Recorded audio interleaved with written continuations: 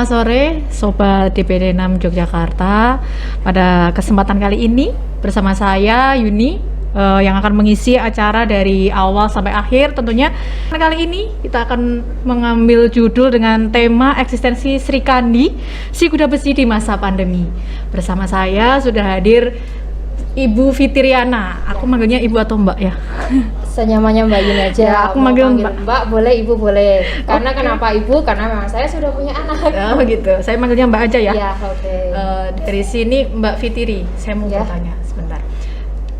Awal masuk ke kereta api itu tahun berapa, Mbak Fitri? Bisa coba diceritakan? Ya, terima kasih atas waktu yang diberikan oleh Mbak Yuni ya. Ya. Saya itu masuk pertama kali tanggal 3 Oktober 2016. 2016 ya. Lebih tepatnya intake kantor pusat. Ya. Dari 2016 ke 2017 saya didiklatkan kondektur. Ya. Kemudian 2017 bulan Juni kalau nggak salah itu saya udah dimutasi ke Daop 3 Cirebon. Itu udah. Ya. Jadi habis diklat tuh udah langsung diturunkan ke lapangan. Jadi saya langsung dinas. Terus sampai 2019 bulan awal bulan Juni itu saya masih di wilayah Daop 3 Cirebon. Ya. Kemudian di akhir Juni 2019 itu saya sudah dimutasi ke Daop 6 Jogja. Itu merupakan anugerah terbesar untuk saya karena saya bisa kembali lagi ke domisili. Oh, Mbak Fitri berarti domisilinya di sini, di Jogja? Domisili sebenarnya Klaten sih Mbak, cuman kan gitu. pulang kampung lah gitu kan, ya. lebih dekat sama keluarga. Mbak Fitri ini berarti sudah berkeluarga? Atau Sudah. Ya. Anak sudah berapa Mbak? Suami saya alhamdulillah masih satu. Baru satu ya? Iya, masih satu. Jangan nambah lagi. Anak saya saat ini alhamdulillah juga masih satu. Ya. Masih kecil, baru 17 bulan. 17 bulan. Ya. Ini Mbak, kan Mbak Fitri sudah punya anak juga, ada keluarga di sini. Nah, gimana sih Mbak caranya Anda membagi waktu biar pekerjaan dan keluarga juga selaras? Anda bisa berperan sebagai seorang ibu, sebagai seorang istri, seperti itu. Kalau bagi saya sih sebenarnya sulit juga sih Mbak ya. Dimana kita itu bekerja, kemudian kita jadi seorang ibu juga itu memang buat saya tuh sangat sulit. Tapi ya tergantung dari diri kita Mbak.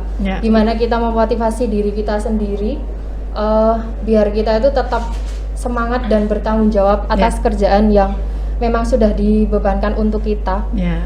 Kemudian ya kalau saya sih pagi tetap langsung kerja, kemudian baru kalau udah pulang sore itu lebih fokus ke anak. Gitu aja sih Mbak. Karena masih kecil juga ya Mbak ya? Ya intinya yang penting kita tetap semangat. Yang kedua jangan mudah ngeluh lah ininya. Jadi memotivasi diri sendiri aja, semangat kemudian ingat nanti ini saya ingin menata masa depan anak saya, jadi saya akan kembali lagi kan ke motivasi saya juga. Intinya jangan jadikan beban tapi sebagai tetap tanggung jawab gitu ya. Jalanin aja lah dengan bahagia dan ikhlas saja. Iya betul, yang kalau gitu biar berkah gitu ya Mbak. Iya benar. Terus kalau dia dari segi pekerjaan nih, setiap orang bagi orang awam kan ya, kita nyebutnya CSOT, Customer Service on Train. Cuman kan kadang kalau orang tahu manggilnya kondektur gitu ya, kalau orang awam gitu. Kok mau sih gitu jadi kondektur, kan itu kerjaan cowok. Kadang kan orang ada yang bilang seperti itu, beranggapan seperti itu. Gimana cara Mbak Fitri menanggapi hal seperti itu? Itu karena kan loh kok ini pekerjaan cowok kenapa dikerjakan perempuan gitu. Kebanggaan apa sih, pride apa yang ada di diri Anda gitu? Kalau bagi saya ya Mbak ya, karena saya sendiri jiwanya itu jiwa petualang. Jadi ya saya senang aja nih jadi kondektur. Kenapa saya senang? Karena yang pertama saya tuh orangnya friendly Mbak, suka bertemu dengan banyak orang juga, kemudian suka berinteraksi sama banyak orang. Jadi biar nggak jenuh. Kalau di kantor tuh saya suka jenuh Mbak, jenuh ngantuk itu pasti. Tapi kalau di lapangan tuh teman-temannya banyak, terus bertemu sama orang-orang baru, itu salah satu hal yang menurut saya itu positif juga sih Mbak. Jadi kita itu tahu lingkungan luar itu seperti apa. Kayak gitu sih kalau bagi saya sendiri. Oh gitu. Terus sebelum ini nih perjalanan karirnya kan dari 2016, jadi itu masih tetap di CSOT terus ya, di Cirebon juga, di sini juga. Masih tetap, gitu. Baru ini yang mulai di kantor mungkin, atau tetap jalan untuk saat ini? Sih di kantor itu cuman sementara Mbak, karena kan ini kan lagi masa pandemi seperti ini, masih banyak kereta yang belum jalan juga, jadi masih personil kondektur Jogja itu kan masih banyak plusnya, makanya saya di off-kan terlebih dahulu. Paling kalaupun saya jalan itu di hari Jumat. Kenapa hari Jumat? Biasanya teman-teman itu kan juga ada yang mau Jumatan Mbak, jadi betul. Saya backup aja. Oh Fit, nanti tolong dinesin kereta ini ya, saya mau Jumatan. Oh ya siap, tak dinesin gitu. Intinya sih cuman bantu backup teman-teman aja sih. Kalau mereka yang mau menunaikan ibadah sholat Jumat ya saya pasti bantu. Tetap selalu siap sedia Mbak ya? Saya selalu siap sedia, soalnya memang kita kan statusnya kondektur ya Mbak ya kalau disuruh atasan, Mbak Fitri jalan kereta ini, oh iya Pak siap, harus selalu siap, karena itu tanggung jawab saya sebagai kondektur. Di kereta api pun setiap hari harus on juga ya HP-nya setiap kali. Ya benar, apalagi di rumah gitu kan ya. Absen juga udah mulai online juga kan Mbak. Ini kan teman-teman yang lain tuh mau tahu Mbak, ada nggak sih syarat-syarat khusus atau pelatihan khusus untuk menjadi seorang customer service on train atau seorang kondektur tuh ada nggak sih? Atau mungkin tips-tips ya? Kalau syarat khususnya sebenarnya sih sama ya sama pegawai lainnya Mbak. Pasti kita didiklatkan, cuman diklatnya kalau saya kan lebih ke diklat kondektur ya, diklat customer care. Seiring dengan berjalannya waktu, kalau dulu kan kondektur itu diklatnya lama banget Mbak, ada L3, L apalah itulah. Tapi kalau intake saya itu kebetulan cuman 1 bulan diklat kondektur, udah lulus jalan, udah gitu aja. Jadi lebih enak. Langsung terjun ke lapangan gitu ya? Iya, langsung terjun ke lapangan. Langsung implementasi karena, gitu. Karena kita sekarang kan udah lebih ke pelayanan ya Mbak, bukan ke op juga sih. Kalau dulu memang masih op, makanya kita diklatnya itu yang kalau yang senior mungkin yang L3 atau apa itu. Kalau sekarang lebih ke pelayanan, jadi fokusnya ya diklat kondektur aja langsung ke pelanggan langsung ya. Gitu. Terus selama ini berarti sudah sekitar 4 tahunan ya Mbak tahun. ya 4 tahun. Suka duka apa aja sih yang pernah dirasakan yang sampai sekarang tuh bener-bener yang nggak bakal dilupakan lah ya gitu? Iya ada Mbak. Kalau selama pandemi ini ya, kalau dukanya itu ketika dinas menemui penumpang itu yang ngeyel banget, tidak menerapkan protokol kesehatan. Kita udah keluar lewat announcer, oh Bapak Ibu mohon maaf dipakai lagi. Bahkan kita juga datengin tuh satu-satu biasanya Mbak. Saya sendiri langsung datengin aja, mohon maaf Pak, maskernya dipakai dengan benar ya Pak ya gitu. Terus kalau nggak pakai lengan panjang, nanti mohon maaf kalau lain kali naik kereta mohon pakai manset minimal, kalau enggak jaket ya Pak, karena memang aturannya sekarang seperti itu di masa pandemi. Saya jelasin. Nanti turun stasiun berangkat lagi masih aja ditemuin seperti itu. Itu yang bikin duka ya. Kita udah benar-benar fokus untuk menerapkan protokol kesehatan, tapi masih ada orang yang melalaikan. Tapi ya kalau sukanya sih selama dalam dinas itu tidak ada temuan Mbak, zero komplain. Itu udah sangat kita udah lolos nih kita jadi alhamdulillah lah ya. Cuman ada satu pengalaman yang nggak bisa saya lupakan dulu pas masih di Cirebon. Saya dinas kereta 1 Argo Bromo Anggrek, relasi Cirebon Gambir.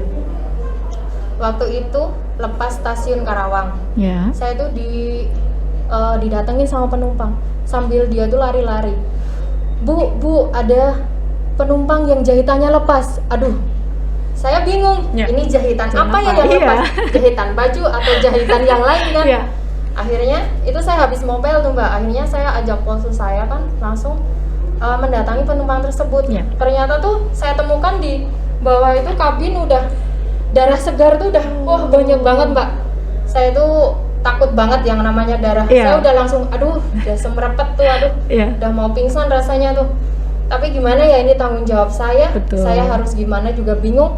Yang pertama saya lakukan sih sebenarnya saya announcer Mbak, minta bantuan kalau ada penumpang yang punya keahlian di bidang medis, tolong bantu kami untuk menangani salah satu penumpang yang memang terlepas jahitannya itu. Bapak itu sih saya probing itu, bapaknya ternyata habis cuci darah Mbak. Oh begitu. Nah jadi dia kan nggak tahu di bagian sini, di lengan sih itu tuh dia udah megang tapi masih ngucur aja tuh. Terus saya beraniin lah, pokoknya saya motivasi diri saya pasti bisa laluin ini, karena nggak ada satupun yang bisa bantu saya Mbak. Polsus pun juga nggak berani. Terus akhirnya saya balut tuh lukanya si bapak sampai R6 saya tuh lumuran darah. Itu saya balut, Terus saya suruh angkat tangan bapaknya, saya probing, Pak, mohon maaf Bapak ini sendiri atau ada keluarga yang menemani? Ternyata bapaknya sendiri. Mbak. Yang bikin saya itu dek, aduh kok nggak ada yang nemanin, padahal udah hampir usia 50-an, Mbak. Apalagi itu perjalanan jauh ya, Mbak? Perjalanan jauh. Beliau itu ternyata cuci darahnya di Semarang, Mbak, kan jauh banget. Iya. Kenapa nggak di Jakarta aja gitu loh maksud saya. Entah beliaunya juga sambil main atau gimana, saya kurang paham. Terus akhirnya kan saya mau cepet-cepet biar Bapak ini dapat perawatan kan, Mbak. Iya.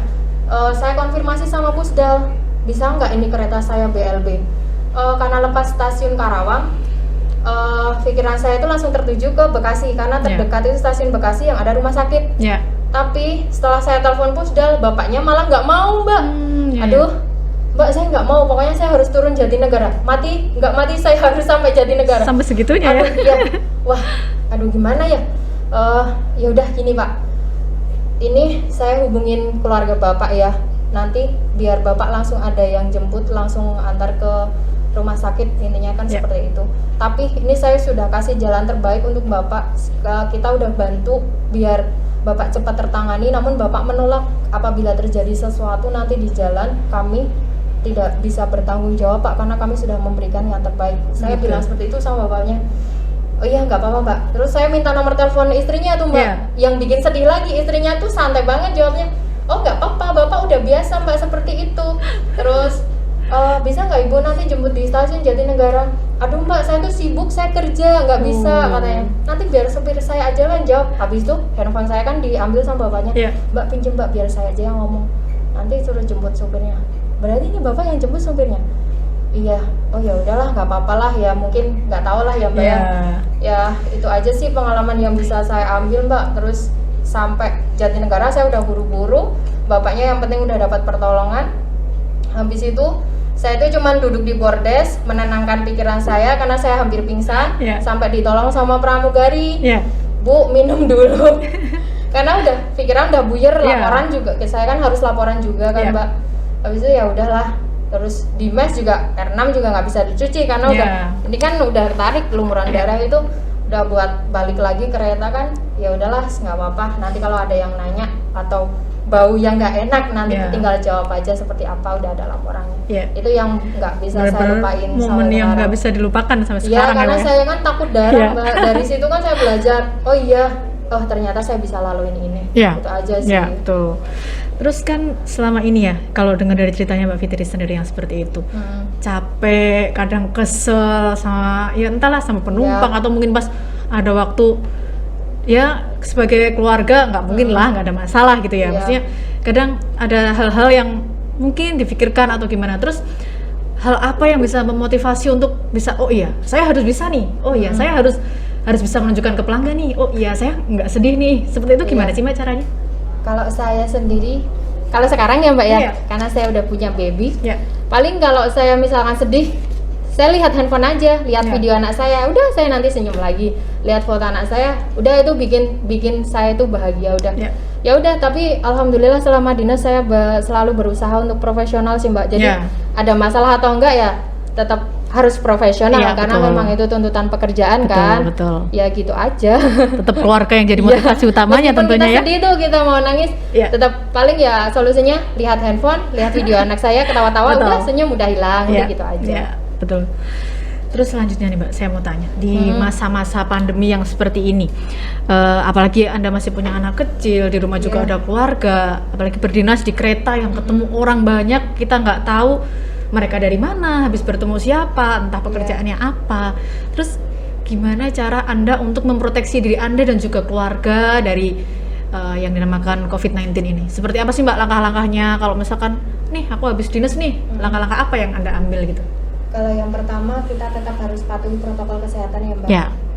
3M itu harus tetap dijaga. Mencuci tangan, menggunakan masker, sama menjaga jarak. Itu udah pasti. Yang lebih penting tuh kita sering-sering cuci tangan aja sih kalau saya pribadi Mbak. Hand sanitizer selalu di tas. Kemudian tisu basah itu ada, tisu kering untuk proteksi diri kita juga. Kemudian kalau setelah kerja, saya selalu mengupayakan itu langsung ke belakang, langsung ke toilet menujunya. Meskipun anak saya itu udah manggil-manggil mama, pokoknya kalau udah dengar suara motor saya, anak saya itu pasti udah langsung langsung mama gitu kan.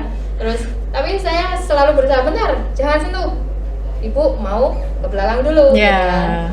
Udah langsung aja pokoknya pakaian dinas semuanya langsung nyemplung mesin cuci, kita mandi, udah kita bersihin diri kita juga, habis itu baru meganglah anak. Mungkin dari makanan juga dijaga ya, asupan gizinya seperti itu kan. Selama pandemi juga alhamdulillah saya bawa bekal sendiri Mbak, ya untuk proteksi diri kita juga kan, biar lebih aman ya. Biar lebih aman juga. Iya. Terus ini Mbak, kemarin kan hari Senin ya, Senin.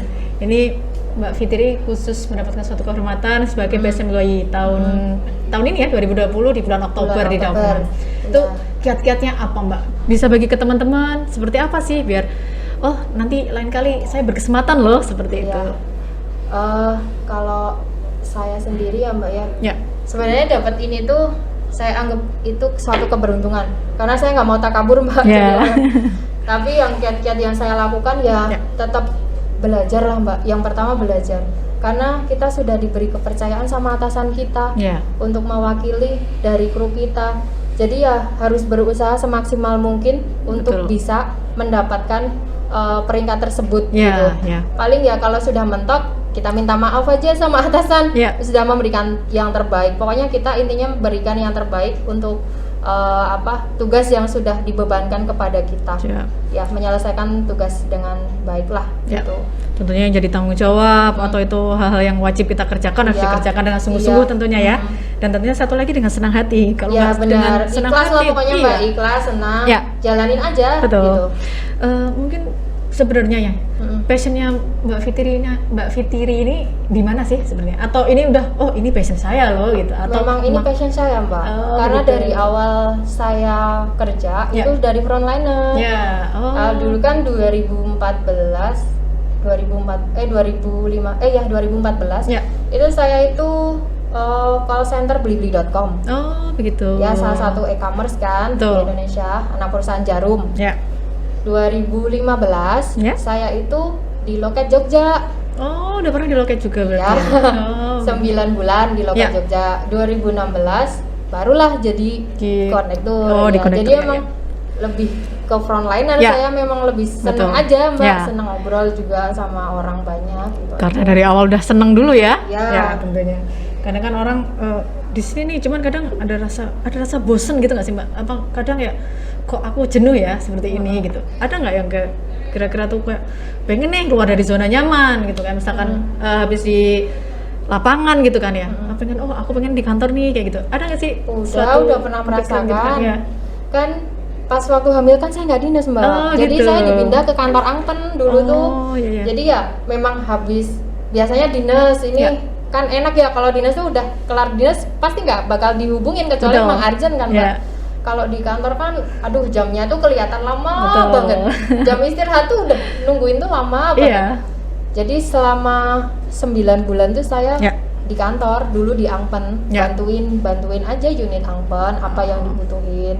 Kemudian ya gitu kalau ada yang borong mau ada rombongan atau apa cetak-cetak tiket seperti itu, karena emang udah paham juga kan Mbak di loket kan, makanya dibantuinnya di unit Angpen. Kalau habis melahirkan kan udah balik lagi ke unitnya gitu langsung sih. balik lagi ya. Oke.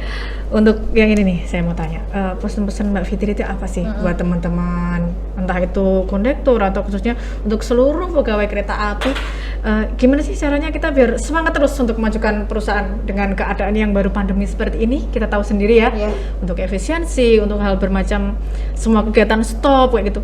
Itu gimana sih Mbak? Pesan-pesan apa yang mau disampaikan Mbak Fitri untuk teman-teman semua? Kalau pesan-pesannya yang pertama itu kita harus tetap semangat ya Mbak ya. Kita kan masih dalam situasi sulit. Kalau menurut saya harus semangat, ikhlas menjalani semuanya. Kemudian buat teman-teman kondektur khususnya tunjukin kalau kita itu mampu memberikan pelayanan terbaik untuk pelanggan-pelanggan kita. Kemudian jangan lupa 7S-nya dan selalu tetap ikuti protokol kesehatan, jangan sampai lengah. Lalu untuk perusahaan sendiri kita harus bisa nih jadi marketingnya marketingnya perusahaan kita. Jadi ya kita bantulah perusahaan kita untuk memviralkan informasi-informasi terbaru yang diberikan oleh kereta api untuk menarik kembali pelanggan-pelanggan kita. Jadi biar kita pendapatan kita biar naik nambah terus ya. Amin. Terus nih kita santai aja ya Mbak ya, karena kan kita temanya obrolan santai gitu ya. Kan penumpang itu dari berbagai latar belakang, kita nggak ada pernah yang tahu gitu ya. Pernah nggak sih Mbak pas waktu dinas di atas kereta gitu, tahu-tahu ada yang godain Mbak? Kan kalau kondektur otomatis nomornya udah terpampang di depan. Nah, ada nggak sih yang kayak gitu-gitu yang usil gitu? Kalau dulu pas masih bujang sering Mbak. Tapi kan saya batasin Mbak, nomor dinas kan sendiri. Jadi nomor dinas saya tuh nggak ada WA. Jadi kalau paling ditelepon, kalau nggak di SMS aja gitu sih. Cuman saya nggak pernah nanggepinnya serius Mbak, karena memang saya juga udah punya pasangan lah, intinya saya udah menetapkan satu hati untuk dia, ya udah dia gitu. Iya sih ya. Pokoknya satu itu aja udah ya. Terus kalau untuk tips-tips biar teman-teman itu tetap maksudnya selalu jaga kesehatan untuk masa-masa pandemi ini, apa sih yang lebih ditekankan sama Mbak Fitri? Tipsnya? Iya, untuk tetap sehat terus. Yang pertama konsumsi vitamin sih, yang utama. Kemudian pokoknya imun booster kita juga butuh. Pokoknya bikin diri kita selalu bahagia.